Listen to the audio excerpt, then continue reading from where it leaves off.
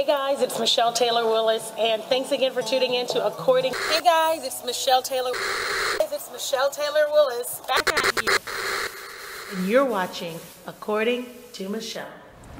Hey guys, it's Michelle Taylor Willis with another episode of According to Michelle, and I'm here at Studio House Atlanta with my dear friend Sonia Booker. I mean, Sonia's not here, but she is somewhere in the building. But if you need to shoot anything, if you're creative and you need space, you got to make sure you come and check out Studio House Atlanta and just ask for Sonia. And of course, tell her Michelle Taylor Willis sent you.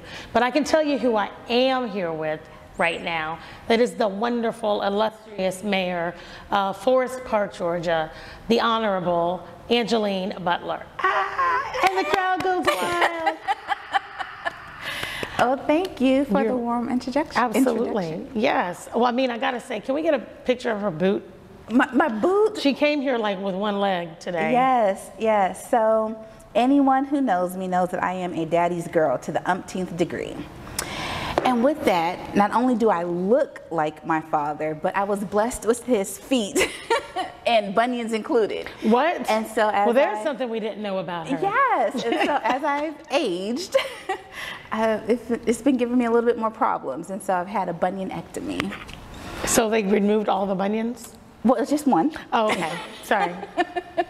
Yeah, so it was like on the side of my foot, and so they shaved it down, and I have 3 pins put in to straighten out my big toe. I didn't even know that was a thing. See, guys, here on the According to Michelle show, you learn about all kinds of things. This is a platform for you people. I mean, transparency in your elected officials. It's a bunionectomy. You're welcome. Yes. All right. So for those of you who don't know, Forest Park is a city that's just south of Atlanta here in Georgia. And if I'm not mistaken, you are the first black female mayor. Is that correct? Well, the first person of color. First person of color. Yes. Can we talk about the difference between person of color and black? Person of color is anybody with brown skin, right? Of any color, yes. Okay. Absolutely. So it couldn't be like a very tan white person. I am the first person of color to hold this seat, and it is an amazing honor, but it comes with a lot of responsibility. And so going in, I've understood that I did not have the luxury to make the same mistakes, whether intentional or not, as my predecessors. Right. We are under the biggest of microscopes. So looking at the glass half full, I feel that it calls me higher and it holds me accountable. But I am human. And so what some people need to understand is just because I make a decision, it doesn't mean it's unethical or illegal. It just means we have a difference of opinion, and that is okay. Right. See, this is why I'm pretty sure I could never be an elected official, because I'm sure I'm going to make all kinds of crazy decisions, and I just can't hear all the in my ear. So like right now, if I make bad decisions, it's just like, you know, my company. If I make bad decision as an elected official, then the whole world falls down, and I don't want that on my head. But even that's not completely accurate. Like, what is a bad decision? Because if you think about it, you're wearing Adidas. Yes, right? My Adidas. You're welcome, Adidas. Run DMC. Okay. And I'm wearing Chuck Taylors. There you go. So let's say someone else wants to wear Adidas. It doesn't mean you sway them. It could be actually how they truly feel. Sure. And so in that, I was told early on, make my own decisions. And that's what I do, but people on either side, because there's this dichotomous energy there, they feel like one side is swaying me when truly I am making my own decisions. You are your own person. I am my own person. So is that, do you think, one of the hardest parts of the job, just proving and reminding yourself that you are your own person, and then making other people understand that, like, this is me, I'm doing this because I want to, not because somebody else wants me to do this or be that person? Yes, so I have come to understand that I will no longer waste my energy on people who are committed to misunderstanding me. Oh, wow. And there are some people that regardless of what I do or say, they are automatically against it because of their own issues. Right. And that's them projecting onto me. And I can't operate like that. If I spent my energy chasing down those people, trying to get them to change their minds when they are choosing not to see, even when presented with the truth. Right. They're choosing to believe whatever story they have concocted in their own head. That's right. I don't have time for that. Right. And people's perceptions are their realities, right? Yes. And so sometimes we just got to leave people in their own realities, and we get to live in ours. In ours, right? yes. But I mean, if you think about it, I think that's a great statement you said, right? You're not going to spend the energy trying to convince people of, and I think it's apropos for you to say that, because you have overcome so much adversity to get to where you are now. And this is one of the things I love about the According to Michelle show, because, you know, we want to provide you with the real stories and the real stories behind the people that you see on TV or see, you know, sitting in the pulpit or sitting, you know, in the mayor's seat, in the mayor's office, because these are real people who have literally done amazing things before you ever heard their names. And one of the things that I think is amazing that you've done is you were a teenage mom. Yes. I mean, the mayor of a city, you know, of one of the most predominant metro areas in the nation, was a teenage mom. Yes. And people would say, oh, I can't do this because of this, or I can't get there, but you're living proof that none of that matters. Absolutely. Right? What was that like? So, and I always feel like I have to throw out this disclaimer that I am not advocating for teen parenting, but this is my story, and I feel like if my story can help one person, then it's worth sharing to the masses. Sure. But it was tough. I mean, I hid my pregnancy for 8 months. From your grandmother, from right? Everybody. The only person that knew was my daughter's father. And even he was telling his friends, and I would still deny it. I mean, in my mind, so I was 13 when I got pregnant. Wow. And in my mind, okay, I could wish this away, right? Didn't happen. And so, you know, the fish dream, I don't know if you're familiar with that, but yes. Who had the fish dream? One of my cousins. And I vividly remember to this day, my grandmother, like, going from cousin to my sister to aunts, trying to figure out who was pregnant. Right. But she never thought to ask me. Right. Well, why would she? I know. And at that time I was 14. And so, but I made sure not to alter my life in any way. And so it wasn't until my belly button started to protrude and I was like so scared that I called my best friend. And she was the first person that I confided in. At 8 months? Yes. So you went through 8 months, no prenatal care, but emotionally, you're still a baby, you're still a child, processing this and just going through your own emotions without being pregnant. Yes. And then having to, I mean, there are grown women that have a hard time getting through pregnancy, right? Yes. I mean, what did your best friend say when you told her that? She said that if I did not tell my parents, that she would. And so I did. It was quite traumatizing, I will say. My mom made me call my entire family, but I learned my first lesson in leadership, which is accountability. And that no matter what you have done, no matter who or how others may feel, no matter what you have done, or how it may affect others, that you have to own up to your actions. Right. And your actions have consequences. And then from there, I learned my next lesson in leadership, which is the fickle characteristic of people. And so these are people that just a few weeks before were telling me how much they loved me. You know, I'm your granddaughter, you know, just all these great things. They're proud of me in school. And then now, because I was pregnant, It's like, now you got the scarlet letter. Yes, right? I was ridiculed. I was every negative connotation you could think of that's associated with being a teen parent, I heard. But in hindsight, I think they truly prepared me for my lesson in leadership to date. As a mayor. Yes, because people are fickle. You are as popular as the next item on the agenda, is what I like to say. Right. And that's a lesson at 14 that you learned, right? that a lot of us never learn, right? There are a lot of people that go through life where accountability is not a thing. I know people right now that if they make a mistake, they still won't own the mistake. They can't just say, you know what, that was my miss, that was me. How do I fix it? And as a leader, that's one of the first things you have to do, because to your point earlier, I know I was kind of joking a little bit, but you know, we are going to make decisions that are unpopular, that could be seen as bad, right? And some of them are bad. Some, you know, I've made several bad decisions. I make at least 1 to 5 bad decisions every day, right? I mean, that's what we do. But being able to say, bad decision, I need to fix that. Let me lead the charge. Absolutely. Right? Yes. And being accountable for this and not blaming my team for it, or but the fact that you learn that as a child and then you could reconcile that 15 to 20 years later, right? Wink, wink, nod, nod. But you can reconcile that as an adult. That says a lot. Yeah.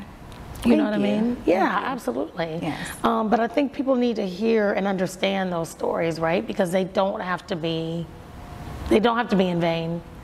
And they are all learnings. Yes, and you know, we see people where they are currently, but not understanding this journey that they went through to get to that point. Right. And I think when I speak to young children, particularly young girls, I like to share that story with them. And it opens up a greater conversation than I could have ever imagined out of just sharing my story, because you know, they are faced with peer pressure for having sex, or, you know, just dealing with the opposite sex in general, and the stuff that they go through with their peers. But hearing someone that they can actually physically touch go through that, it helps them to understand their journey also. Absolutely. And you have had a good journey, right? I mean, you are, like you said, the first person of color in Forest Park. So talk to us a little bit about Forest Park. You know, what was it before Mayor Butler, and where are you trying to take it? What do you see for the city? Yeah, so Forest Park has operated almost like its own little sovereign entity for so long. And so when I assumed this position, I had to introduce Forest Park to those who were unfamiliar, and then reintroduce Forest Park to those who may have had some sort of negative experience in some way, shape, or form. And so, as an example as to where we're going, for the first time in the city's history, we have an economic development director. Well, that'll help put it on the map, right? A little bit, well, to help bring some business. Yes, and that's just crazy. Goes to where we're going. Like, we have so much positive attention. So who was responsible for bringing business and to the city before that? In the 80s, Forest Park was probably at its highest point. The streets were filled, Main Street was filled. There was a lot of economic boom in Forest Park. And a lot of that actually was because of Fort Gillum. Got you. The military installation that is in Forest Park. And so in about early 2000s, the base closed. And so about 2,500 people left when that base closed. And so what we have done is that I have made it a personal goal to replenish those jobs. And so to date, we have done that in less than 4 years, which is how long my term is. So we have replaced the 2,500 jobs that were subsequently lost as a result of the Base Realignment Closure Act, with a projected of another 1,500 jobs to come. Wow, and this was done just by putting somebody in a team there for economic development. This is your focus. That is truly focused on economic development. Right. Absolutely. It's amazing what one little change can do, right? Have it's a like huge... you spark the fire and then just let it just go ablaze. Yes. Wow. It's been amazing. I have a great team that I'm working with, and so it's not just me that's doing this. I have to give credit to my team that I work with, because it's a collaborative effort, and you're actually, I should say, seeing the fruits of that labor happening right now. So you talk about economic boom, so there's got to be some upcoming projects, right? Some big things happening. Is there anything you can talk about? So the non-disclosure agreements that we have to sign kind of has me speaking on it on a minimum level. Okay. But just know that the investments that are coming to Forest Park, on a conservative end, I'm going to say is about $150 million. That's coming. What? Are you serious? Yes. I cannot wait to announce them. Well, we can't either. I mean, you don't want to break the news on According to Michelle? I can't break it here, but when I can, I would love to come back. Would you come back and talk share to it just, with you. okay, you can't, okay, you guys, you heard this here. Yes. She's not going to tell anybody about this $150 million plus project that's coming to Forest Park. Projects. With an S, until she comes back on set right here to the According to Michelle show. Guys, we are here with the mayor of Forest Park, Mayor Honorable Angeline Butler, and she was just about to disclose secrets. I think I almost had her, but then she remembered she was under NDA and we can't do it.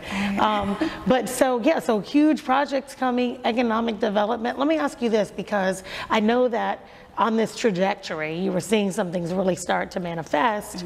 And then, like everybody else, COVID hit. Yes. How did COVID disrupt that, or did it at all? So let me say this. When Fort Gillem closed, the original concept for its build out was like a major retail hub. It didn't pan out that way. Right. Our niche is logistics. And in the spirit of the climate that we're in with COVID, it actually has been a blessing in disguise, because we have not, well, Fort Gillem, I should say, has not slowed down at all. So we have not had to furlough any employees. Wow. In fact, we are still on track. Over the next 20 years, our revenues will increase by north of $60 million. Really? And COVID has actually had some businesses at Fort Gillem expand to keep up with the demand. And so, what businesses were those, do you mind? well, Kroger in particular. Got you, okay. They have expanded. It's just beautiful.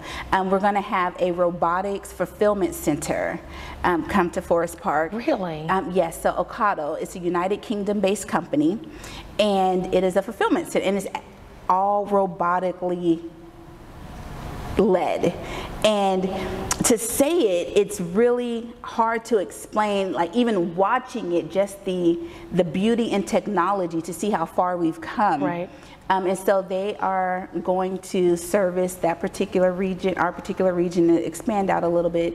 But yeah, because of that, I realized that instead of trying to chase the next big thing, we need to just work with what we have and what has been working with us thus far. Right. And that is logistics.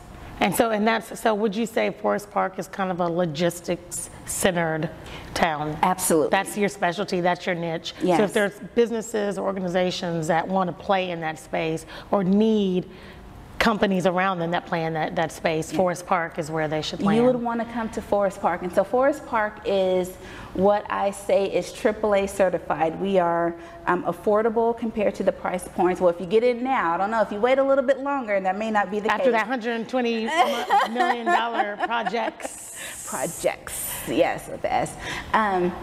We are accessible, given our location, to all the major interstates and, of course, the airport. Right. And we are asset rich because of the development opportunities that we have at Fort Gillem.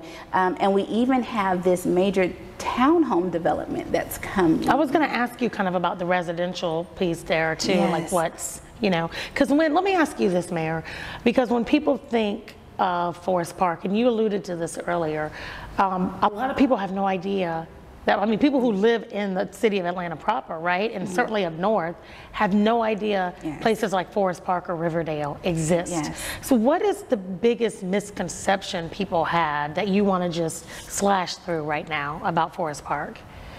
Our police department. So in the past, our police department has had a negative reputation, but we have a new police chief, Nathaniel Clark, and under his leadership, crime has been on a decrease because of his initiatives on community-based policing. And so the officers are more in the community. He's building relationships and mending relationships that may have been broken in the past. And community-based policing is a big thing. I know when I talk to Bill Edwards a lot, he talks about two things as it relates to the city of South Fulton, and that's safety and education, right? Absolutely. And so it sounds like if that was a challenge for you guys, that was one of the first places you went to try to get that under control so that you could reverse that perception, I guess, the negative perception. Well, we definitely don't want to continue to allow any negative light to come to the city of Forest Park, and which is why we are totally in a push to rebrand the city. The school systems, I will say, under the leadership of Dr. Beasley, has done amazing. Yeah, Dr. Beasley is the truth. You know what? I'm glad you said that. We got to have him on the show because he's fantastic, and he has great. I mean, like, people love him. He's done a lot of really good things down there. He has. And Clayco. Yes, and so the school systems in Clayton County has been under a lot of scrutiny, well, in the past. Sure. But that's no longer the case now. Right. And so I want people to understand, to your point of education and safety, is that it's all taken care of. It's a new day in Forest Park and in Clayton County in general. It is a new day in Forest Park. Do y'all have like a slogan? That's it. It's a new day in Forest Park? Yes. Oh, I thought you just came up with that right here. I was like, that's amazing. That should absolutely be. You see the lives we change on the According to Michelle show. Yes. We come up with slogans all the time here for places, but I love it. It's a new day in Forest Park. Yes. In the hustle of life, sometimes we forget what's important. Sometimes we need to think like children. Yes, business is important, but it's connection that builds a community. This is the spirit of the city of South Fulton. More lives here. Hey guys, it's Michelle Taylor Willis, and we are sitting here talking with Mayor Angeline Butler, the first woman of color, or person of color, really. She's like whispering, person. I know it's person. I just wanted to be woman, okay? It sounds better. Well, that too, okay. Of Forest Park, Georgia, here, which is a city that is just south of Atlanta, and we were just talking about really, upcoming projects and all the different things and the cool things that are going on in Forest Park that you might not know about. But yes, one of the things I think too people don't know is that you got an award earlier this year, right? I did. You did. Tell us about the awards you got. Yes. Yes, there she is. So it is very humbling, but I received the Mayor of the Year award from the Georgia Minority Business Association. And for me, sometimes the noise gets so loud, right, that it's easy to lose focus, just momentarily. Yeah. But that award was an indication that you never know who's watching you. And even though you look for support in one area, you may get it somewhere else, and that's okay. But I think in part of my speech, I stated that my name was etched on the award, but it's really an indication of what can happen when we work together as a team. Right.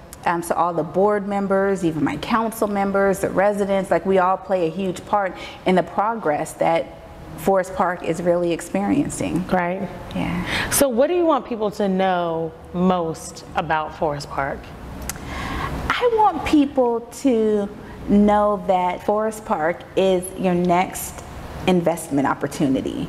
Our home values are increasing, which is amazing.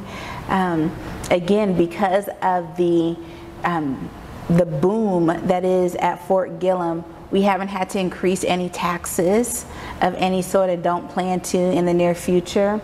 And Forest Park is truly a place that you can work with the residential opportunity that's coming, that you can live, and then hint, and then because we are trying to build out Main Street, you could play also. And so if you wanted to invest in a residential community or commercially, we are the place to be. I may be a little biased, but I will say Forest Park is the best city in Clayton County. There you go. Yes. All right. Hey, you heard it here first. It's the best city in Clayton County. Yes. And the mayor of the best city said it, so it's got to be true. It's the gospel. It's got to be it's true. The gospel. So then, what do you want people to know about you? So before I committed to running, I had a conversation with my father. And he wanted to make sure that I truly understood what I was getting myself into. And my response to him was, I would rather lose with my integrity than win without it. And so that is how I govern, on my integrity.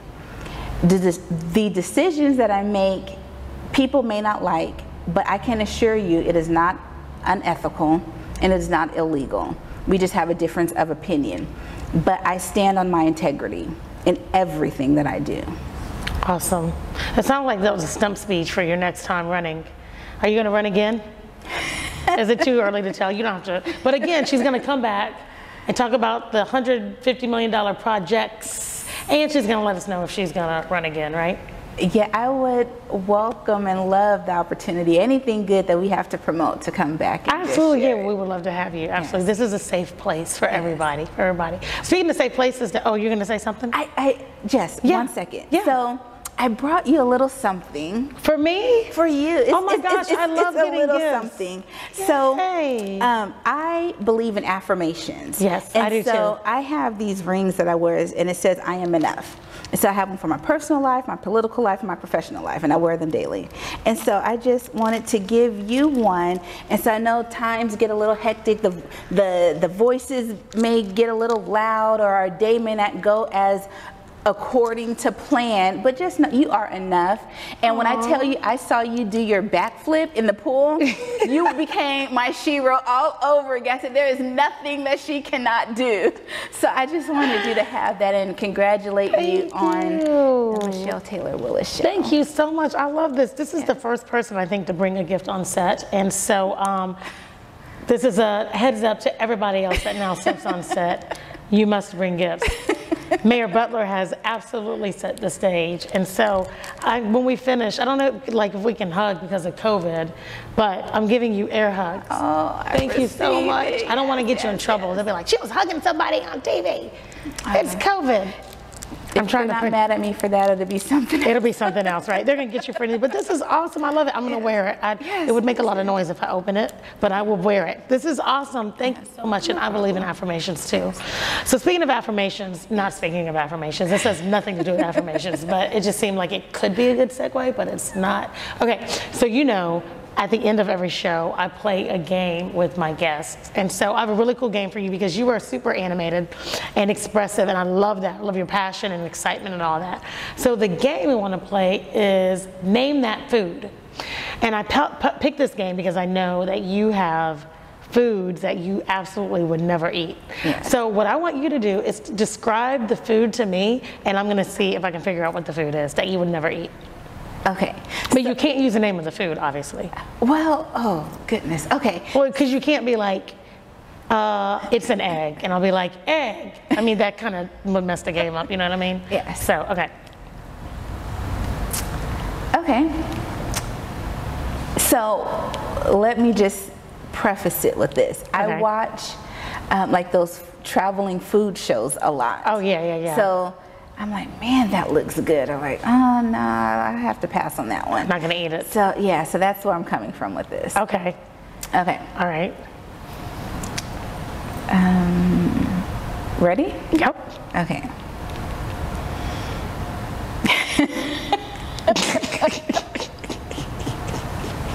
No offense to the people that do eat this. I feel like I need to say that also. Okay.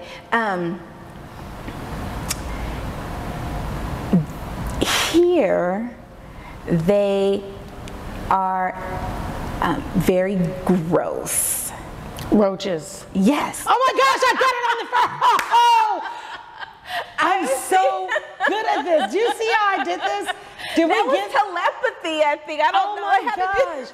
You know why I got it? You know why I got it? Because I am enough.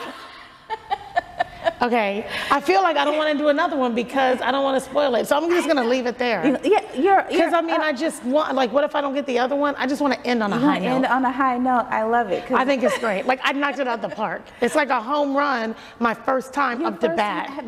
You can't be I don't even know how I do this. You're a genius. I'm a genius. It's so good.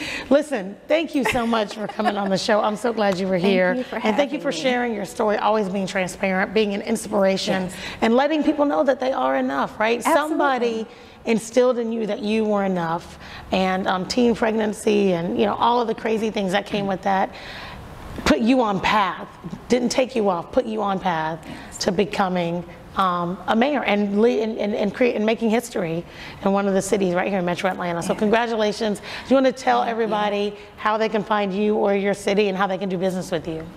Yes.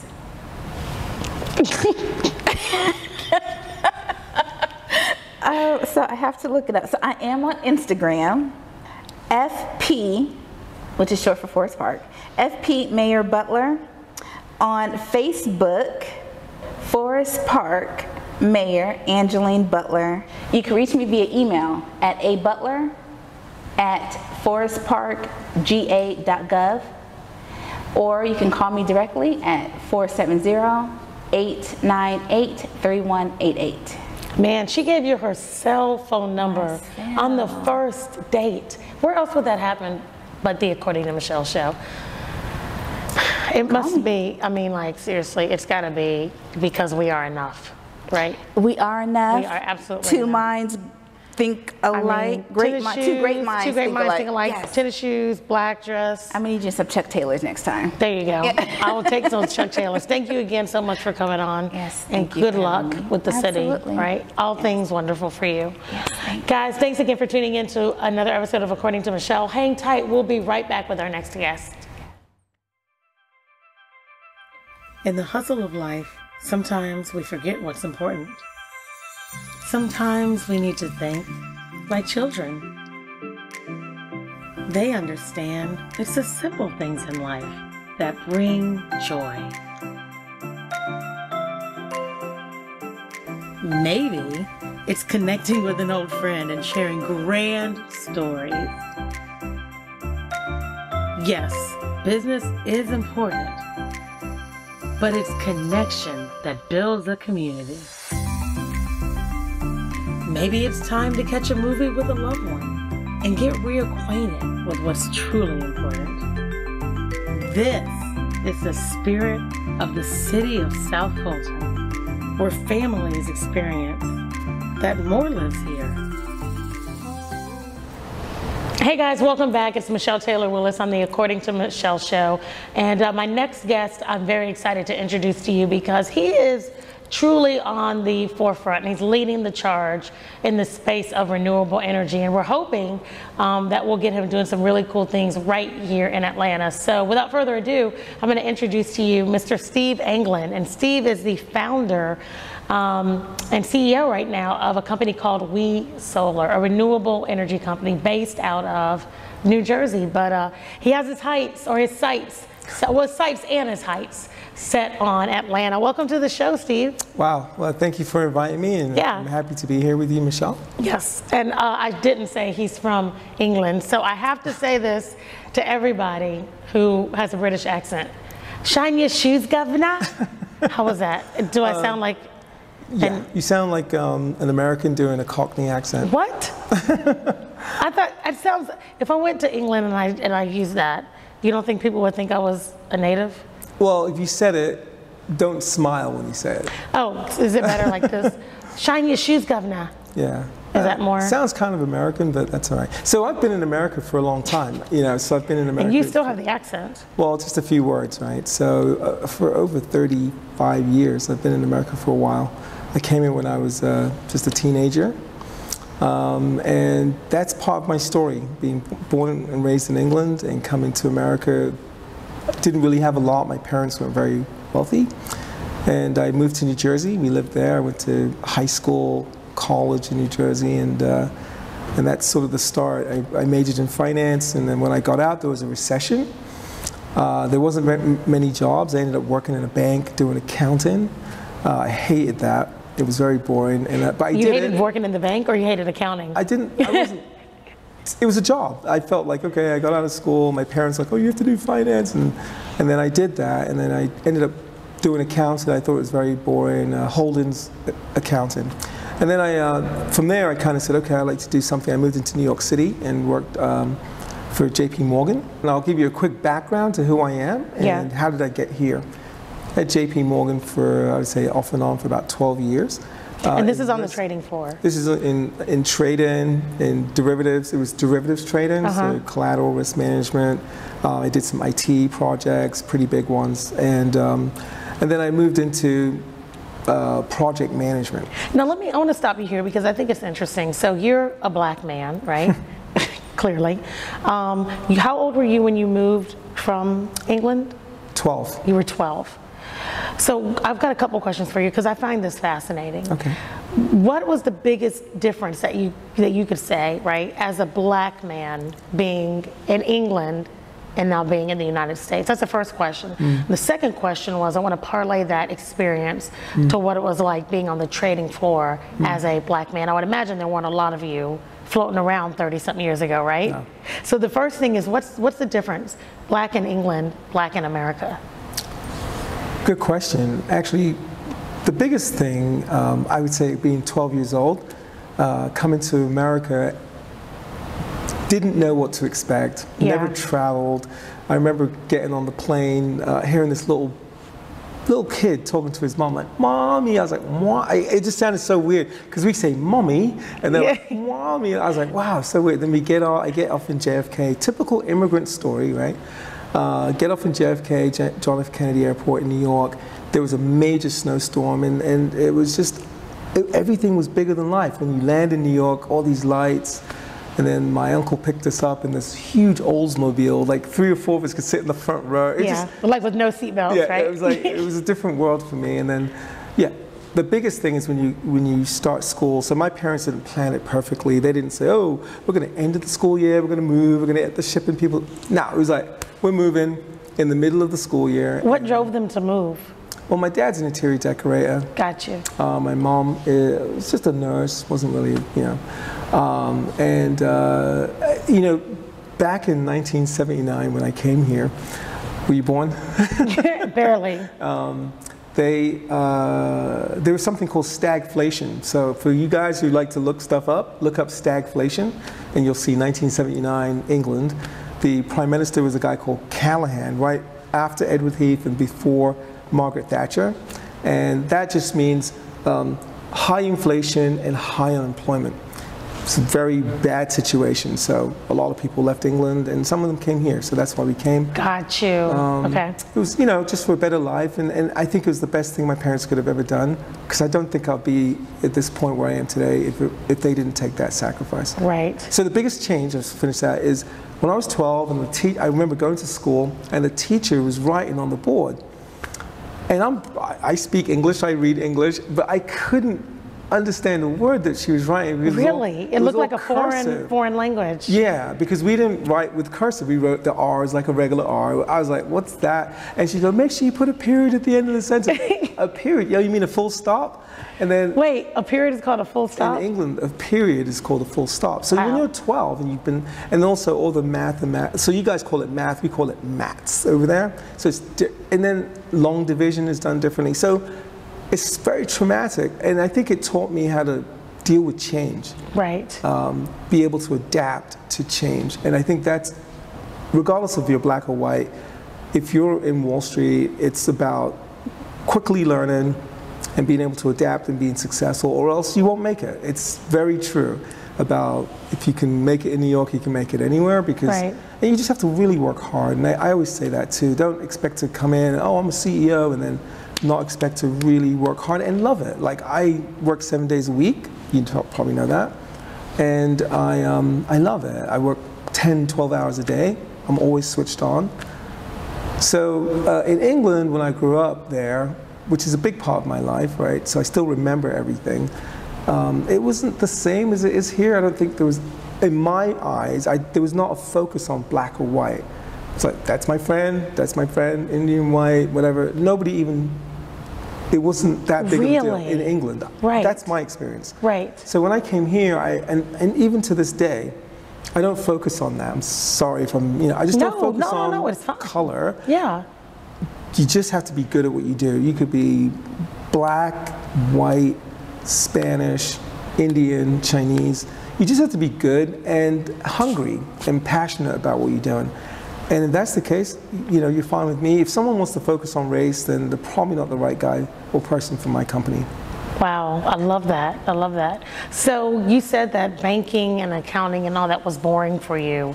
How did you end up on Wall Street? Because that's the opposite of being boring, right? I mean, it's never a boring moment.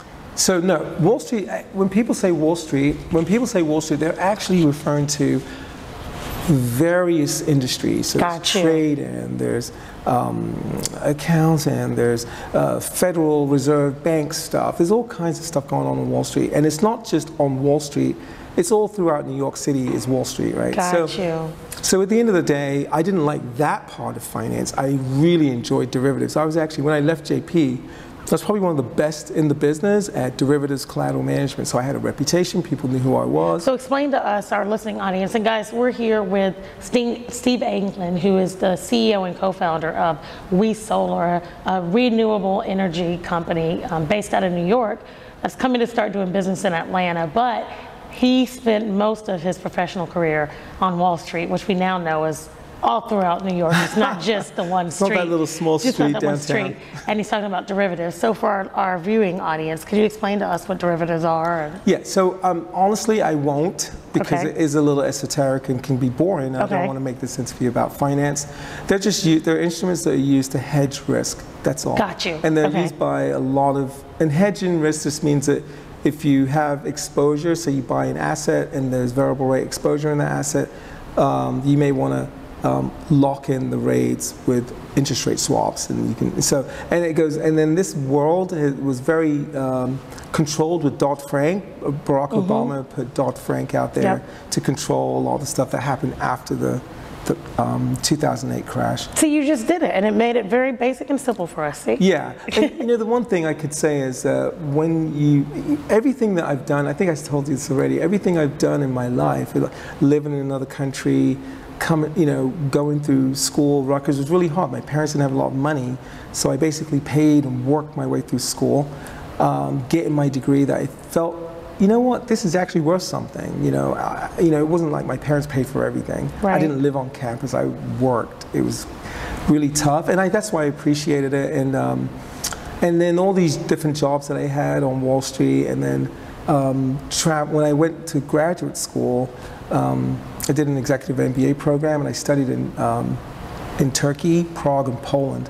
And that's where I met my initial co-founder for We Solar CSP. It was just by happenstance or fate, and we met. And basically he said, look, Steve, I'm trying to raise money. I'm trying to bring my company from Turkey to the US. And I said, hey, I can help you. Turned out that I couldn't help him through my company, but I could help him as just starting this company. Got it. So he came to you while you were actually on Wall Street. You looking for, got it, and you said you would want to actually get involved in his. No, initially, but then that wasn't working. So we said, let me start a company. I'll call it We Solar CSP. So, got you. So, and we just use this technology. It's like a mashup. Think of it like that, right? So it's an American company that we do renewable energy. We build utility-sized solar power plants. And we do them globally. So one's already in Turkey. We've got a big deal in India. We're talking to folks in Arizona. And we're here. And you've got, I was going to say, in Georgia. So the big win is here. We're in Atlanta doing having some very interesting conversations. I was with you today. We met with some of the mayors. Just now, we just spoke to another mayor. So we like Atlanta for many reasons, and we think that especially SOFU would be something that we could definitely do a lot here and other parts of the country. And so let me just say, if you don't know what CSP is, because renewable energy, most people in America, they think about solar panels. Right, and I wanted you to kind of expound on that, right? And not to get too deep in the weeds with it, but to really educate us on what renewable energy looks like in America. Right. So most of you know that renewable energy is something that is starting to become like the cool, hot thing. Everyone wants to work in solar and everything today. Maybe 3 or 4 years ago, nobody cared, right? So I'll put the solar panels on my roof. So renewable energy is a broad umbrella definition. So under that is solar, wind, hydro, like, you know, you've got Niagara Falls and it spins a turbine, and then you've got biomass, and there's many different forms of renewables. So in America, we were leading the world for many decades in energy. Most of it tended to be oil, and even in coal, the industrial age coal. And we have a lot of coal plants, especially west of the Mississippi and in Tennessee, Georgia, there's coal here. But we all know now that the coal, when it gets burned, because that's what they do, they go, there's a coal mine somewhere, and they dig down a couple thousand feet, they dig up coal, they put it on a train. That train then comes to the power plant, they burn the coal, that's what they do, they burn it. It then lets out all these hydrocarbons, carbon dioxide, sulfur dioxide, all the stuff, methane, you name it.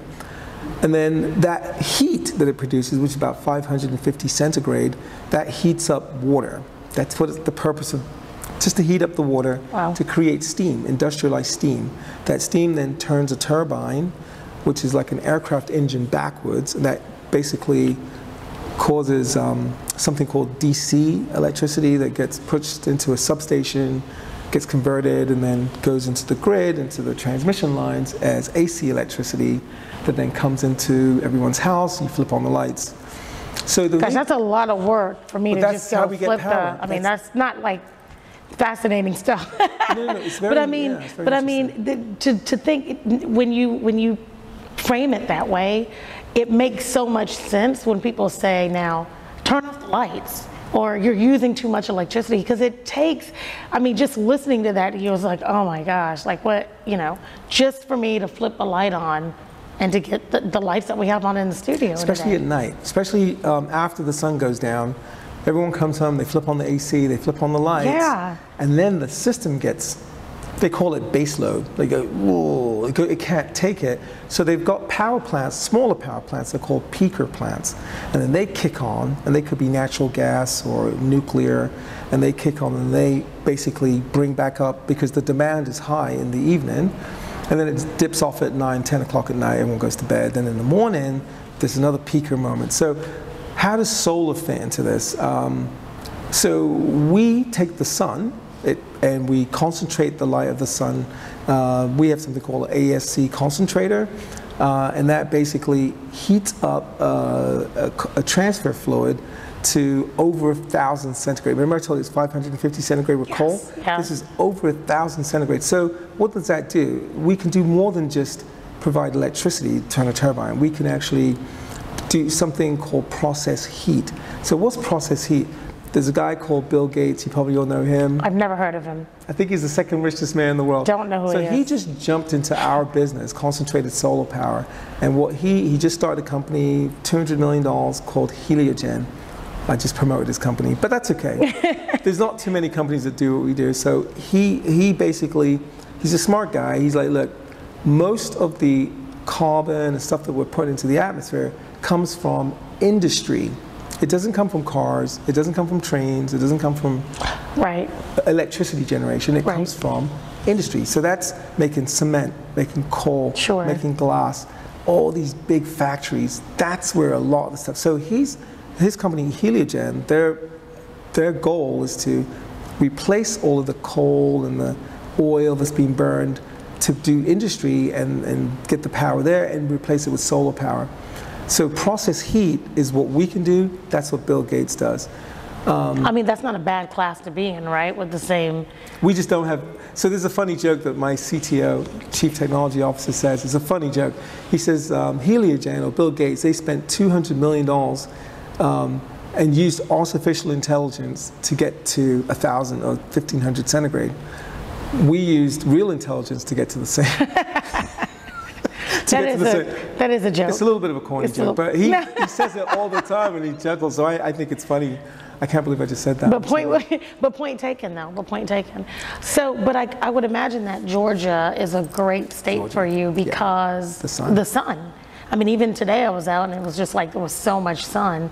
And even when it's raining, there's still opportunity. I think people have the misconception that just because the sun, you can't see the sun or it's not as bright, it doesn't mean it's still not generating or able to generate energy, right? Yeah, so there's a group in America. So in America, there's 17 national labs, and these are the smartest guys in the room kind of thing. The one that focuses on... So you're in one of the labs? So, yeah, so that was a joke, you get it? What? I'm sorry. Governor? In the hustle of life, sometimes we forget what's important. Sometimes we need to think like children. Yes, business is important, but it's connection that builds a community. This is the spirit of the city of South Fulton. More lives here. Guys, we're sitting here with Steve England. Steve is the CEO and co-founder for We Solar CSP, a renewable energy company that is here in America, headquartered in New Jersey, and we're hoping that they'll be doing some incredible work right here in the Atlanta area. So Steve is from England. What he's going to do is give me like the word that they call something in England, and I'm going to figure out what the equivalent would be here in the United States. Doesn't that sound like fun? I'm absolutely going to make a fool of myself, but isn't that why you tune in? You're welcome early. Okay. So, you understand the game, right? I understand the game. Right, so the first word is bonnet. Bonnet. It's a hat. A bonnet is absolutely a hat. How many chances do you get? 2 chances. So it's not a hat. No. A bonnet? A condom. Okay, the answer is, because I don't know where this is going. This is a show or something. So, the answer is actually the hood of a car. That's a bonnet. Yeah. So look under the bonnet. Yeah.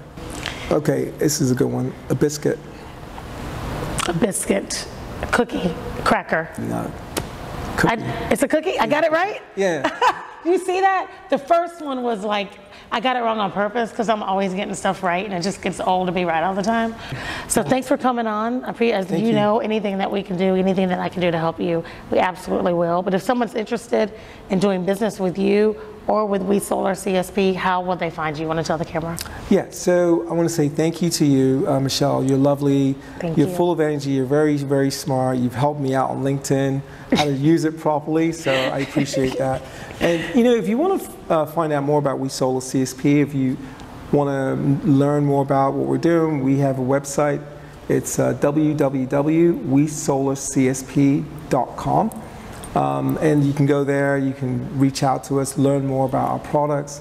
So that's electrical generation through clean energy, thermal energy storage or long duration energy storage, water desalination, and process heat. Those are the 4 things that we do. We think there's a $1 trillion market out there that we're going after. And if you want to reach me directly, my email is Steve, S-T-E-V-E, at wesolarcsp.com. And my phone number, if you want that, is area code 732-579-7014. And I'm happy to talk to anyone that wants to learn more about this industry. Come work for We Solar. We're always looking to bring new people in. Or if you're just looking for a mentor, someone if you're younger and you want to find out more about this industry, I'm happy to chat with you about anything you want. Awesome. Thanks again for coming on. Yeah, thank you. And as always, thank you for tuning in to another episode of According to Michelle. It's me, Michelle Taylor Willis. And if you want to find me, you can on just about everything at Michelle Taylor Willis. And you can always find me right here on the AIB network every Wednesday at 5 p.m. On AIB. And of course, if you don't have Comcast or AT&T, you can always just look us up on the internet, AIBTV.com, 5 p.m. Eastern Time. As always, thanks for tuning in, and until next time, see ya.